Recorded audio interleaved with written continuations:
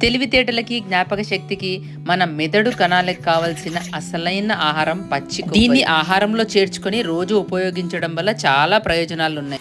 కొబ్బరికాయ కొట్టేసిన తర్వాత మనం ఫ్రిడ్జ్లో పెట్టేస్తుంటాం. అది చాలా గట్టిగా అవుతుంది. మనం తీసి వాడుకునేటప్పుడు తొందరగా రాదు. అప్పుడు ఒక హాఫ్ అన్ అవర్ ముందు దాన్ని బయట తీసి పెట్టేసుకోవాలి. ఒక గిన్నెలో వాటర్ పోసి దాన్ని మునిగేలాగా పెట్టేసి ఒక హాఫ్ అన్ అవర్ వదిలేసి చక్కగా ఇలా ఈజీగా ఊడి వచ్చేస్తుంది.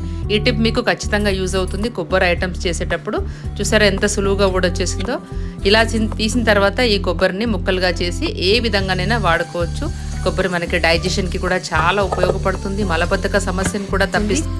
కొబ్బరితో న్యాచురల్గా పాలు తయారు చేసి మనం ఎన్నో రకాలుగా వంటల్లో వాడుకోవచ్చు. కొబ్బరి చారు, కొబ్బరి అన్నం ఏ విధంగా అయినా వాడుకోవచ్చు. జుట్టుకి అప్లై చేస్తే హెయిర్ ఫాల్ సమస్య తగ్గుతుంది. వెయిట్ లాస్ లో కూడా బాగా హెల్ప్ అవుతుంది. కొబ్బరి పాలు చాలా శ్రేష్టం. న్యాచురల్ గా మనము వీటిని తీసి పిల్లలకి ఇవ్వచ్చు. కొబ్బరి బెల్లం కలిపి హెల్తీగా లడ్డూలు తయారు చేసి. వీడియో నచ్చితే లైక్, షేర్, సబ్స్క్రైబ్ తప్పకుండా. Thank you for watching.